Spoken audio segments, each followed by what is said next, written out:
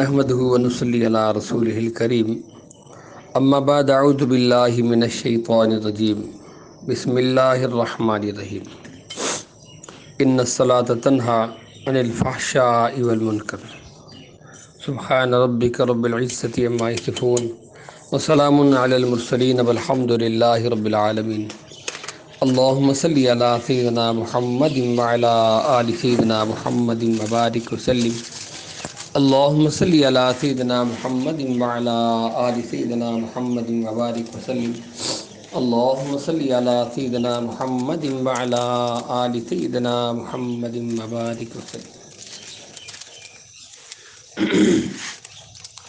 تھوڑے سے وقت میں عظیم الشان محنت ہمارے دل میں ہے، یعنی کہ زندگی کا ٹائم تو بالکل تھوڑا سا ہے۔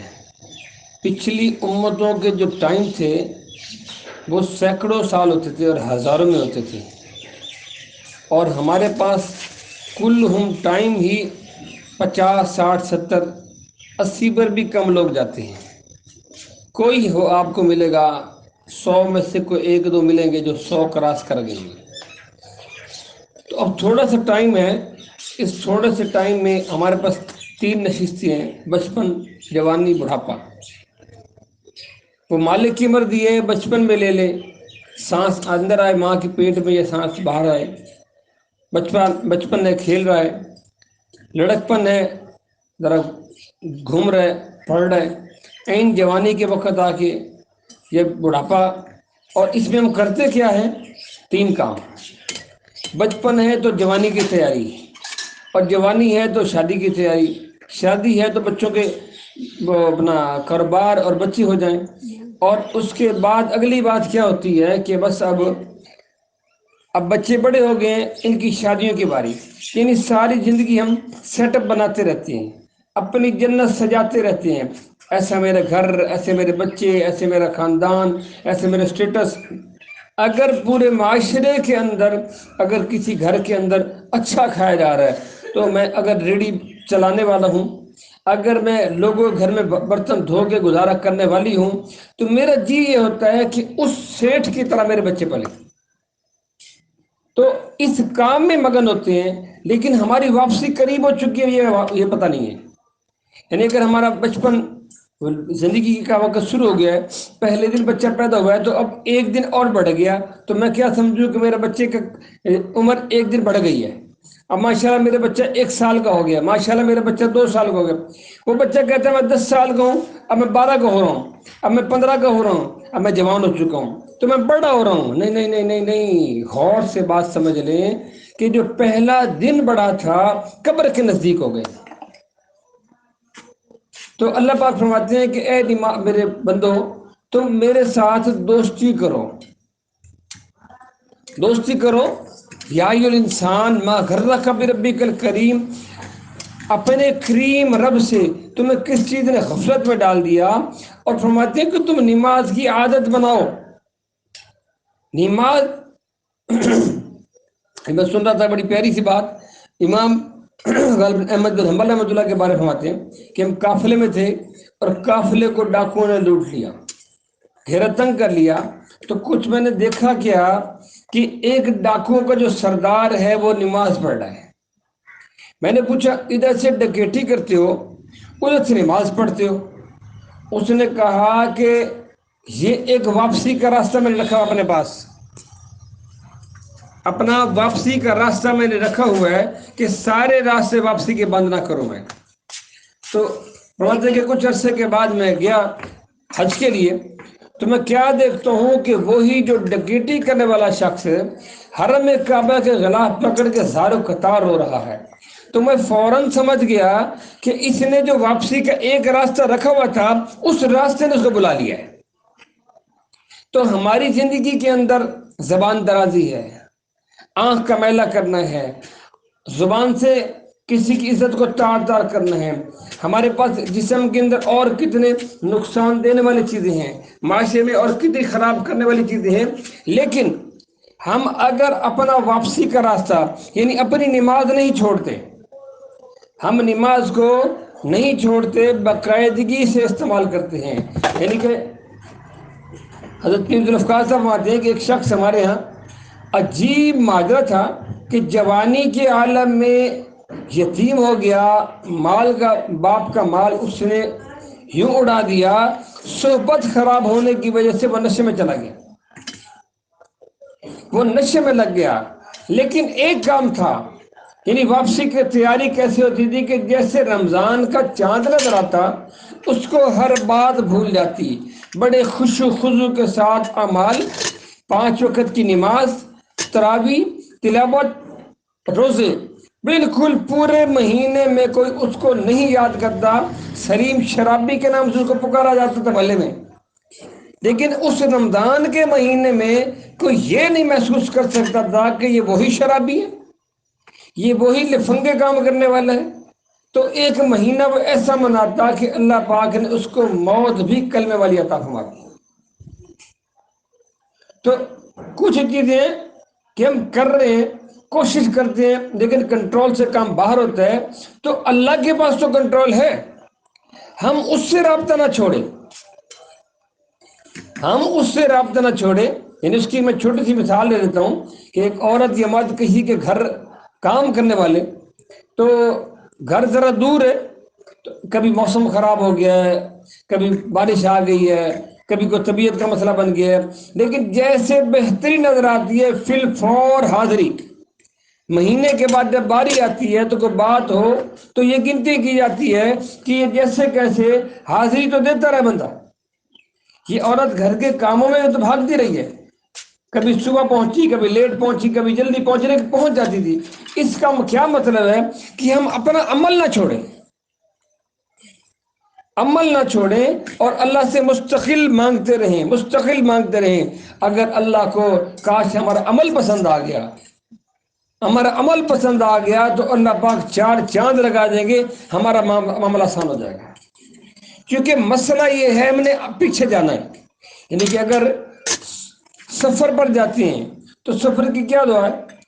سبحان الذی سخر لنا ھذا وما كنا له مقرنین وانا الی ربنا لمنقلبون.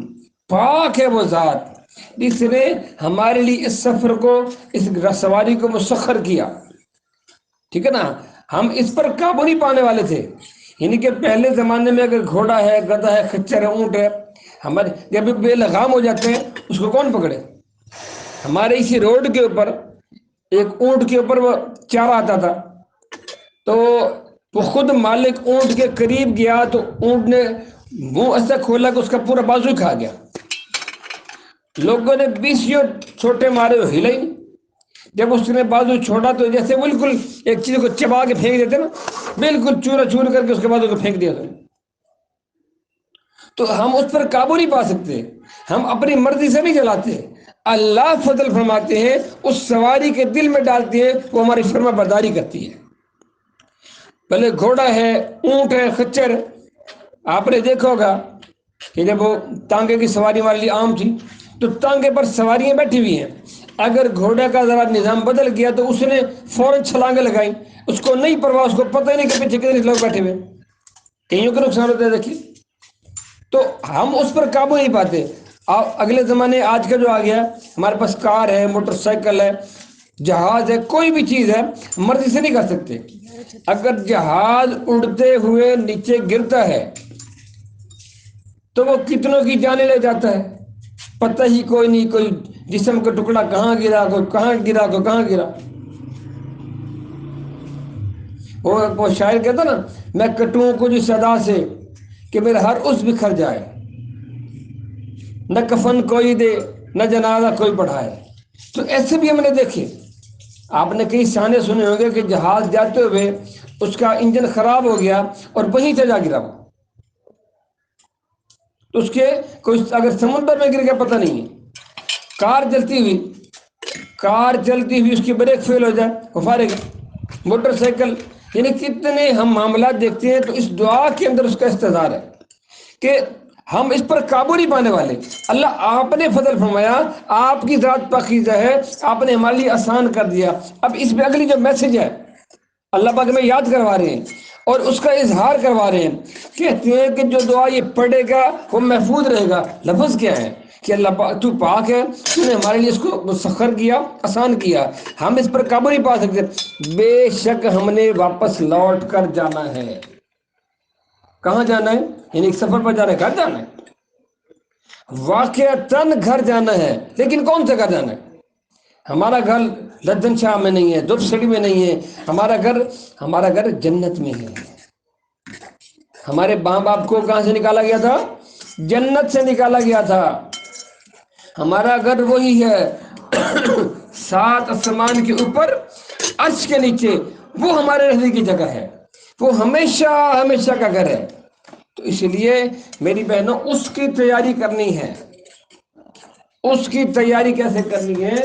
فرمایا کہ جب موت کا فرشتہ آتا ہے تو وہ 2 اقسام ہیں، جو زمین پر چلنے والے، اللہ اکبر کبیرہ، اللہ اکبر کبیرہ، کوئی گناہگار ہے، وہ کہتی ہے قبر کہ میری کمر پر تو جب چلا کرتا تھا مجھے اچھا نہیں لگتا تھا، مجھے پسند نہیں تھا، آپ پہلے تو نے میری باتیں سنی، آج دیکھ میں جیسے کرتی کیا ہوں۔ فرمایا کہ اس بے نمازی کو، اس بد عمل کو، بد کردار شخص کو جب قبر میں ڈالا جاتا ہے تو کہتی ہے ہاں انا بیت الوحشہ، انا بیت الدہ، میں تنہائی کا، میں وحشت کا، میں سانپوں کا، میں کیڑوں کا، میں تنہائی کا گھر ہوں۔ ایک تو کام کیا ہوتا ہے کہ ایک دیوار دوسری دیوار کے ساتھ ایسے بھڑ جاتی ہے، حضور صلی اللہ علیہ وسلم نے فرمایا کہ جیسے ایک ہاتھ کی انگلیاں دوسرے ہاتھ میں دھنس جاتی ہیں، ایسی ایک دیوار دوسرے کے ساتھ مل جاتی ہے، تو درمیان مردہ کا کیا بنے گا؟ یہ الفاظ، یہ بیان آپ نے کئی بار بیان کیے، کئی بار سنے، لیکن یہ ایمان کی تجدید کے لیے بار بار سنائی جاتی ہے تاکہ ہم کام سے پہلے اپنی موت کو یاد رکھیں۔ پھر فجر ضائع کر، سانپ مسلط کر دیا جاتا ہے، سانپ، میرے رب نے مجھے تجھ پر مسلط کی ہے کہ فجر ضائع ہونے کی وجہ سے ظہر تک مارے جاؤں، ظہر کی وجہ سے عصر تک مارے جاؤں، عصر کی وجہ سے مغرب تک مارے جاؤں، مغرب کی وجہ سے عشاء تک مارے جاؤں، وہ 24 گھنٹے اس کا کام یہی ہے۔ اور فرمایا کہ گنجا سانپ ہوگا۔ گنجا کیوں ہوگا؟ گنجا کیوں ہوگا؟ گنجے ہونے کی وجہ یہ ہے، گنجے ہونے کی وجہ یہ ہے کہ ابھی ڈالے تو صحیح، اس کے اندر زہر زیادہ ہے، اس کے سر کے بال اڑ گئے ہیں۔ ڈالو جب وہ ایک بار دھنستا ہے، ایک بار ڈستا ہے، 70 ہاتھ زمین میں دھنس جاتا بندہ۔ فرمایا کہ ایک بار پھنکار مارے روح زمین پر سبزہ جل جائے، سبزہ ختم ہو جائے۔ یہ اس کے ساتھ حالت ہے جب اس کو دفن کیا جاتا ہے، اس کی کھڑکی جنت کی کھولی جاتی ہے، دکھایا جاتا ہے ہاں یہ چیزیں تجھے ملنی تھی، اگر تو انسانوں والا کام کرتا، اگر تو اللہ کی نافرمانی نہ کرتا تو تیرا یہ مقام تھا۔ تو نے کیا کیا؟ تو نے نفس کی خواہش کو پورا کیا۔ ایک ہوتی ہے بچہ رب چاہی، دوسری ہوتی ہے من چاہی۔ اگر دنیا میں ہم رب چاہی گزارتے ہیں تو اللہ پاک مرتے ہی من چاہی دے دیتے ہیں، جو پسند ہے وہ دے دیتے ہیں۔ اور اگر ہم دنیا میں مرضی کی حکمرانی کرتے ہیں، کھاتے مرضی کا، پہنتے مرضی کا، چلتے مرضی سے، دوستی مرضی کی، ہر کام میں، بلکہ شیطان نے ایک اور ڈال دے دیا، میرا جسم میری مرضی، انا للہ و انا الیہ راجعون۔ تیری کیا مرضی ہے؟ تو اپنی مرضی سے دنیا میں نہیں آ سکتا، تو اپنی مرضی سے کھانا نہیں کھا سکتا، تو اپنی مرضی سے قدم نہیں اٹھا سکتا، تیرا کہاں سے مالک آ گیا؟ اور رب کی ملکیت ہے، اس کی بادشاہت ہے، جس کو عزت دے، جس کو ذلت دے۔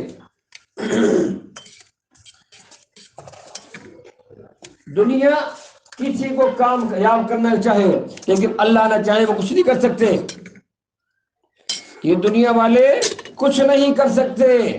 اس کی مثال اللہ پاک نے قرآن پاک کے اندر دی ہے کہ جب فرمایا میرے ابراہیم کو ان سب نے چالے لگا کے اتنے من اکٹھا کر کے لکڑیوں کا ڈھیر منجنیق کے ساتھ اس کو پھینکا تو اللہ نے خود فرمایا قلنا یا نار کون بردن و سلامن علی ابراہیم، ٹھنڈی ہو جائے میرے بندے کے لیے، پھر کیا کہتے ہیں اتنی بھی ٹھنڈی نہ ہو جائے نہ اس کو تکلیف ہونے لگے. یعنی کہ اس کا کہنے کا مقصد کیا ہے کہ وہ جو آگ ہے اپنی مرضی سے نہیں چلتی، اپنے رب کی مرضی سے چلتی ہے. پھر اگر کسی کو کامیاب کرنا ہے تو کامیابی کے لیے اب معیار دیکھ لے. اللہ نے وہ بھی قرآن میں فرمایا، نمرود جس نے آگ میں ابراہیم کو ڈالا تھا، اللہ نے نہ اس سے سلطنت چھینی، نہ مال چھینا، نہ حکومت چھینی، نہ لوگ چھینے، کچھ بھی نہیں چھینا. اپنی مخلوق میں سے ایک لنگڑا مچھر دے دیا، لنگڑا مچھر. اگر میرا جسے میری مرضی تھی اس کو کیا پریشانی ہونی تھی، اس کو کیا مسئلہ ہونا تھا. ایک لنگڑے مچھر نے اس کا کام تمام کر دیا. وہی بادشاہ جو لوگوں کو کہتا تھا میں تمہارا خدا ہوں، میں تمہیں پالتا ہوں، اب وہ کیا کہتے ہیں میرے سر میں جوتے مارو، میرے سر میں جوتے مارو.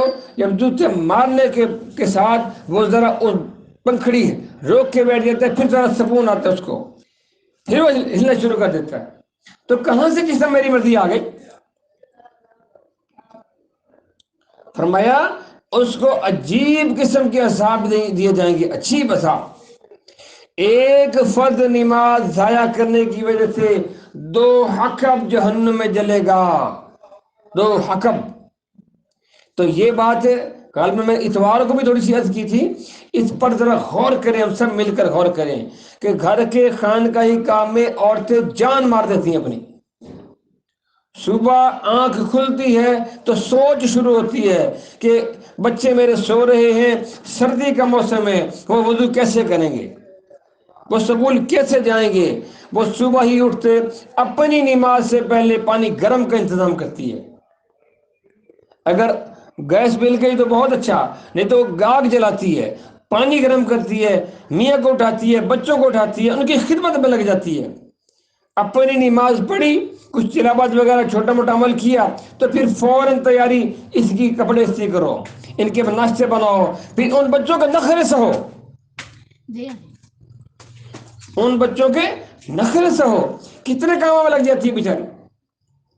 پھر بامشکل بچے گئے، میاں صاحب کو دکان پہ بھیجا، اس کے بعد پھر کیا سو جاتی ہے، پھر گھر کے کام میں لگ جاتی ہے، گھر کی صفائی کرو جی.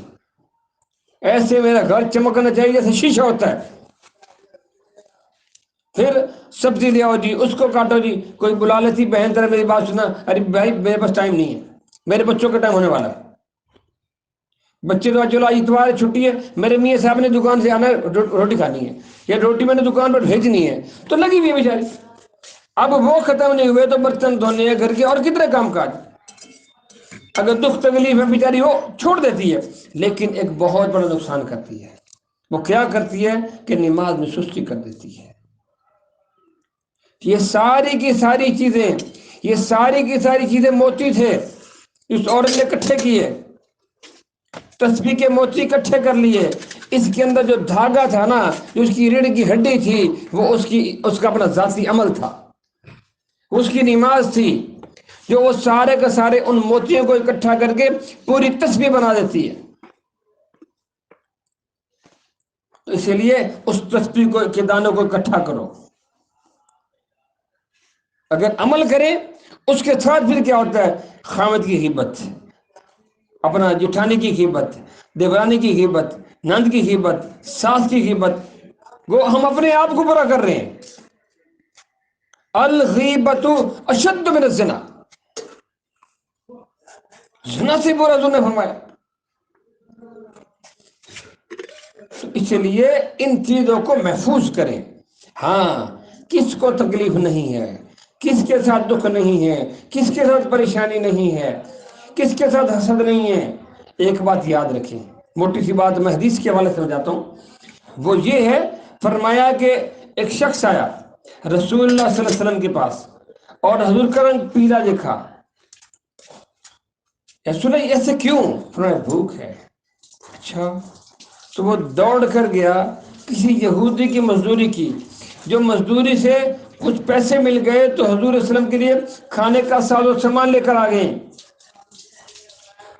فرمایا کیوں لے کر آئے ہو، کس لیے لے کر آئے ہو، کس نے کہا ہے؟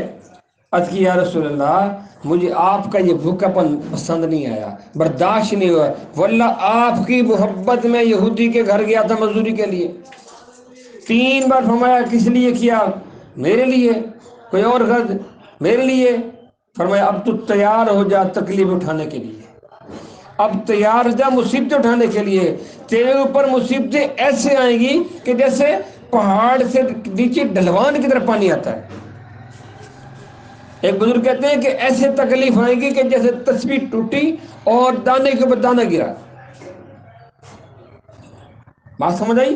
تو یہ خاص چیز ہے کہ اگر ہاں آپ کے کوئی تکلیف آ جاتی ہے، آپ کا کوئی حاسد بن گیا ہے، آپ کا کوئی منافق بن گیا ہے، آپ پر کسی نے جادو شروع کر دیا ہے، آپ کے تو اپنا معاملے کو کیسے حل کرنا ہے؟ ہم فوراً بہنیں بیٹھ کے تلاش کرتی ہیں کوئی ہے گا تیوی جانا بابا چنگا جا، تو وہ کالا علم والا ملتا ہے، کوئی چٹے علم والا ملتا ہے، کوئی لوٹنے والا ملتا ہے۔ ان عورتوں کا پھر کیا کام ہوتا ہے؟ گھر کے کام چھوڑے اور فوراً بابے کے پاس پہنچ گئے۔ اب میاں صاحب نے مزدوری کر کے پتنی کتنے پیسے کہاں سے آگے دیے کہ گھر کا خانقاہی نظام چلے، ہمارا سسٹم چلے، تو کیا کیا؟ وہ سارے کے سارے بابا جی کے نظر پیسے، کسی کا کام ہو نہ ہو بابے کی فیس پکی ہو گئی ہے۔ اور بابے کو یہ لوگ بڑے پسند ہوتے ہیں، یہ عورتیں بڑی پسند ہوتی ہیں کہ 2-4 جو باتیں کریں گی وہ 2-4 باتیں سمجھائے گا، نیا پرانا تمیز دے دے گا اور پیسے کھڑے کر لے گا۔ تو اگر اس معاملے کو علاج کی سنت عمل ہے، آپ اپنے شیخ سے رابطہ کریں، کسی اللہ والے سے رابطہ کریں تاکہ جو آپ کو سنت کے مطابق ڈھالے۔ اس پر ایک اور بات عرض کرتا ہوں، حضرت علی طرح سے کسی سے پوچھا کہ یہ جو وقت ہوتا ہے اس کا کیا مطلب ہے؟ یہ سزائے آزمائش ہے۔ فرمایا کہ یہ وقت اگر تمہیں مسلح پر لگا دیتا ہے کہ تم ساروں قطار اللہ سے معاملہ رونے والا، اللہ سے مانگنے والا، نیکوں کی صحبت میں جا کے اللہ کا کلام پڑھا جائے، نمازیں پڑھی جائے، نفل سے مانگا جائے، پھر تو یہ تھوڑا سا وقت ہے، آزمائشیں ختم ہو جائے گی۔ اگر وہ صرف کام ہی یہی ہے، نماز پڑھنی کوئی نہیں ہے، روزہ رکھنا ہے کوئی نہیں، اخلاق اچھا کرنا کوئی نہیں، اپنے آپ کو نہیں سیدھا کرنا، ہاں جی، خود جلیبی کی طرح سیدھی ہے اور لوگوں کو سیدھا کرنے کی چال پڑی، تو پھر فرمایا کہ یہ نماز نہیں پڑھتی، یہ عمل نہیں کرتی، تو پھر کیا؟ یہ سزا ہے، اس کو ملتی رہے گی۔ اس پر ایک اور لفظ کہتا ہوں، اگر کسی کالے عمل والے کے پاس چل جاتے ہیں، وہ آپ کا حساب کرتا ہے، وہ جو ضرب تقسیم بیٹھ کے کرتے ہیں بیٹھ کے، تو پھر کیا کہتا ہے؟ آپ کا ستارہ گردش میں ہے۔ اچھا، میری کڑی کی شادی نہیں ہونی، میرے منڈے کی شادی نہیں ہونی، روزگار نہیں ملوں گا من۔ بابا کیا کہتے ہیں؟ 7 سال آپ کا ستارہ گردش میں ہے۔ اب اس نے کیا بوٹھا اٹھایا اور لڑکھڑاتے قدم دھڑم مار گھر بیٹھ گئی۔ اب کسی نے کہا بہن کام کر لے، بیٹا کوئی نہیں، پاپا نے کیا کام ہونا ہی دے رہا کوئی، تو ٹور بھی لے تیری، میں نے تو کام نہیں کرا۔ استغفر اللہ۔ اگر کسی اللہ والے کے پاس چلے جاتے ہیں، وہ آپ کو نوافل بتاتا، وہ آپ کو تسبیحات بتاتا، تلاوت قرآن پاک بتاتا، اور زاروں قطار رو رو کے اللہ سے مانگتے ہیں، بھلے اس کام کو اتنا ٹائم ہی لگ جاتا لیکن آپ کا سارا وقت کس کے ساتھ گزرا؟ اللہ کے ساتھ گزرا۔ آپ کا تعلق کس کے ساتھ بڑھ گیا؟ اللہ کے ساتھ بڑھ گیا۔ تو اس لیے میری بہنوں، اپنے آپ کو اپنے رب کے ساتھ جوڑنے کی کوشش کریں۔ ہماری یہ جو محنت تصوف کی محنت ہے، وہ اسی بات کی محنت ہے، وہ اسی بات کی محنت ہے کہ اس بندے کا تعلق اپنے رب سے جڑ جائے۔ ایک مشہور حدیث ہے کہ ایک شخص گزرا رسول اللہ علیہ وسلم کے سامنے سے، تو حضور نے پوچھا اس شخص کے بارے کیا کہتے ہو؟ یا رسول اللہ، ایک غریب سا شخص ہے، اگر کسی کی سفارش کرے تو نہ مانی جائے، اگر کسی کو کام کرانے جائے نہیں ہو، نکاح کا پیغام بات کوئی نہ سنے، وغیرہ وغیرہ، خاموش ہو گئے۔ تھوڑی ہی دیر کے بعد ایک اور شخص گزرا، فرمایا اس کے بارے کیا کہتے ہو؟ اس عرض کی ہے یا سلو، اس کی تو کیا بات ہے، یہ وقار والا آدمی ہے، یہ بڑے معاملے والا آدمی ہے، کسی ہاں کوئی میسج بھیجے، سفارش کا میسج، نکاح کا میسج، کسی تو فوراً قبول ہو جائے۔ تو حضور صلی اللہ علیہ وسلم کی بڑی پیاری بات فرمائی، اگر اس جیسوں کے ساتھ جہان بھر دو، جس کو تم بغیر لیول کا کہتے ہو، اس کا مقابلہ نہیں کر سکتے۔ اس سے مقابلہ نہیں ہے. تو اس بات اس مثال دینے کا کیا مقصد ہے؟ اگر غربت ہے، اگر امیرت ہے، ابر تنگری ہے، اگر جو بھی معاملہ ہے اس معاملے کو مسلح پر ڈال دیں، اس کو مسلح پر ڈال دیں. حضرت سعد رضی اللہ عنہ، ان کے بارے آتا ہے کہ کمزور سے شخص سے، دبلے پتلے سے تھے، تو اوپر ہاتھ کر کے کوئی کتاب وغیرہ کچھ اٹھانے لگے تو نیچے سے باریک باریک سی پنڈیاں نظر آئیں، تو صحابہ مسکرا پڑے. حضور علیہ السلام کیا فرماتے ہیں؟ بڑی پیاری بات، کہ تمہیں پتہ ہے کہ ان باریک پنڈیوں کا اللہ کے یہاں کیا مقام ہے؟ یعنی کیا بات کرنے کا مقصد ہے کہ جو مومن ہے، جو اللہ کو منانے والا ہے، اس کو کسی سروکار نہیں ہے. اللہ کے یہاں اس کا وقار ہے، اللہ کے یہاں مقام ہے. کیونکہ دنیا دار القرار نہیں ہے، یہ دار الامتحان ہے. مرنے کے بعد جزا شروع ہو جائے گی، قرار شروع ہو جائے گا، ہمیشگی شروع ہو جائے گی. تو ہم نے دنیا میں رہ کے محنت کرنی ہے. آپ کسی امیر کو دیکھیں،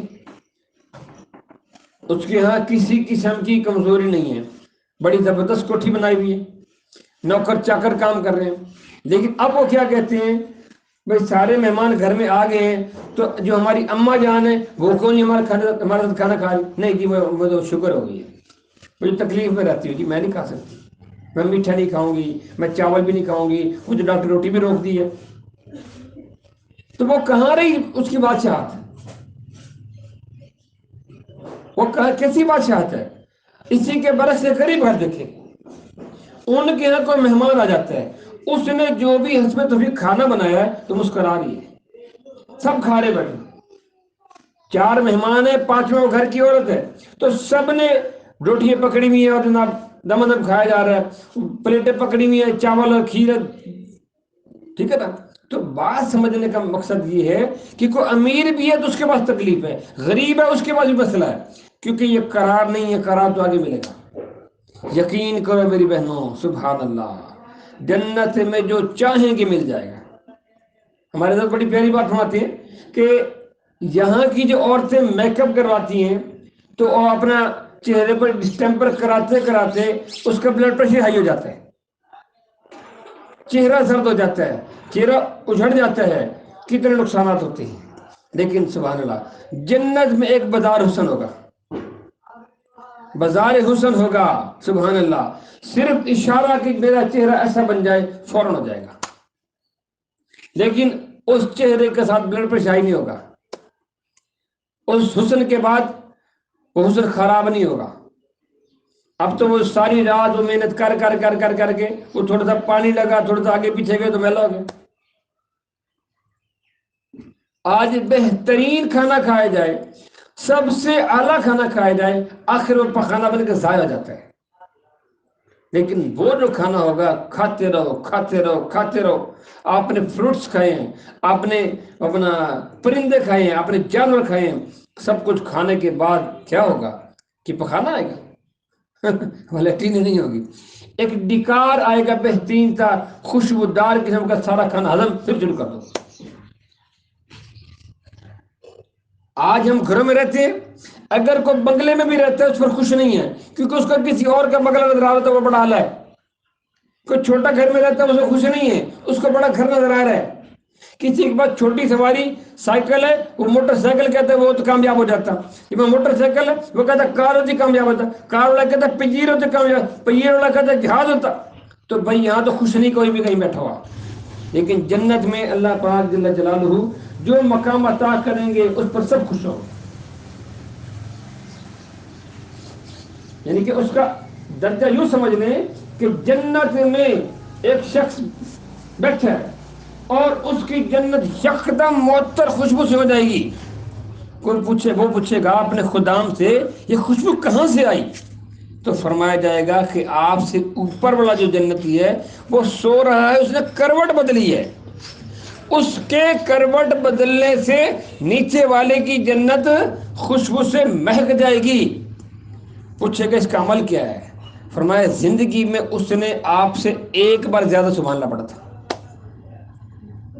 اگر آپ کا ٹوٹل 1,00,000 بنے نا سبحان اللہ، تو اس نے ایک بار زیادہ پڑھا تھا تو اس کو اتنا مقام ملا ہے.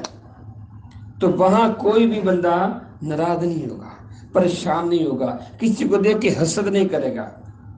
اللہ نے اس کو رجا اتنا دینا ہے، اور فرمایا کہ جنت میں جانے کے بعد کسی قسم کا نہ افسوس قلق کچھ بھی نہیں، باجس اس گھڑی کا، کہ یعنی کہ جب دیکھے گا نا کہ میں نے اتنے اعمال کیے ہیں تو مجھے اتنے درجے ملے ہیں، ٹھیک ہے نا، تو اب افسوس ہوگا کاش جو میں نے وقت ضائع کیا تھا، بہن کے ساتھ بیٹھ کے غیبت کی تھی، اپنے خامد کی چگلی کی تھی، اس کو برا بھلا کہا تھا، اپنے اعمالوں کو غیبت میں ڈالا تھا، کاش اس کی جگہ میں صرف سبحان اللہ پڑھتی رہتی، اسی جگہ اللہ اکبر کہتی رہتی۔ تو یہ بڑا ہی آسان عمل ہے، اللہ پاک نے ہم سب پر فضل فرمائے، اللہ پاک ہم سب کو اخذ کی تیاری کی توفیق عطا فرمائے۔ ہر بہن کوشش کرے اس کی نماز قضا نہ ہو، اس کا روزہ قضا نہ ہو، جیسے وہ میں نے شروع بات کی ہے نا کہ خدمت خلق گھر میں ایسے دن رات ایک کر کے لگ جاتی ہے، تو اس کو یہ بھی فکر چاہیے، یعنی کہ مثال دیتا ہوں کہ اس نے اگر ہنڈیا بنائی ہے تو خامد کا حصہ، بیٹوں کا حصہ، بیٹیوں کا حصہ، نندوں کا حصہ، بھابھیوں کا حصہ، سب کے نکالے ہیں، تو جب وہ سب کو حصے نکال چکے، پتہ چلے میرے بچہ ہی کوئی نہیں ہے تو افسوس نہیں ہوگا اس کو۔ اس لیے جہاں سب کے کام کر رہی ہے اس کے ساتھ اس میں ریڑھ کی ہڈی اپنا عمل ڈالے، اپنا اخلاق ڈالے، اپنی نماز ڈالے، اپنی تلاوت، اپنی تسبیحات، ٹھیک ہے۔ رمضان مبارک کے حوالے سے میں نے آپ کو بات عرض کی تھی کہ مولانا زکریا رحمۃ اللہ نے لکھا ہے کہ ہمارے گھر کی جو عورتیں ہیں وہ گھر کا کام کاج بھی کرتی ہیں اور قرآن پاک کی تلاوت بھی کرتی ہیں، ان میں کئی حافظ ہیں، تو شام کے وقت ان کا آپس میں جب آپس میں مکالمہ کیا ہوتا ہے، وہ کہتی میرے 12 سپارے ہو گئے، میرے 8 سپارے ہو گئے، میرے 10 سپارے ہو گئے، پڑھتی ہے تو ہو جاتا ہے۔ اللہ پاک سے دعا ہے کہ اللہ پاک ہم سب کو سمجھ میں کی توفیق عطا فرمائے۔ باخر خدا وانا الحمدللہ بالعالمین۔ توبہ کے کلمات پڑھتے ہیں، کچھ اللہ کا ذکر کرتے ہیں، پھر انشاءاللہ دعا کرتے ہیں۔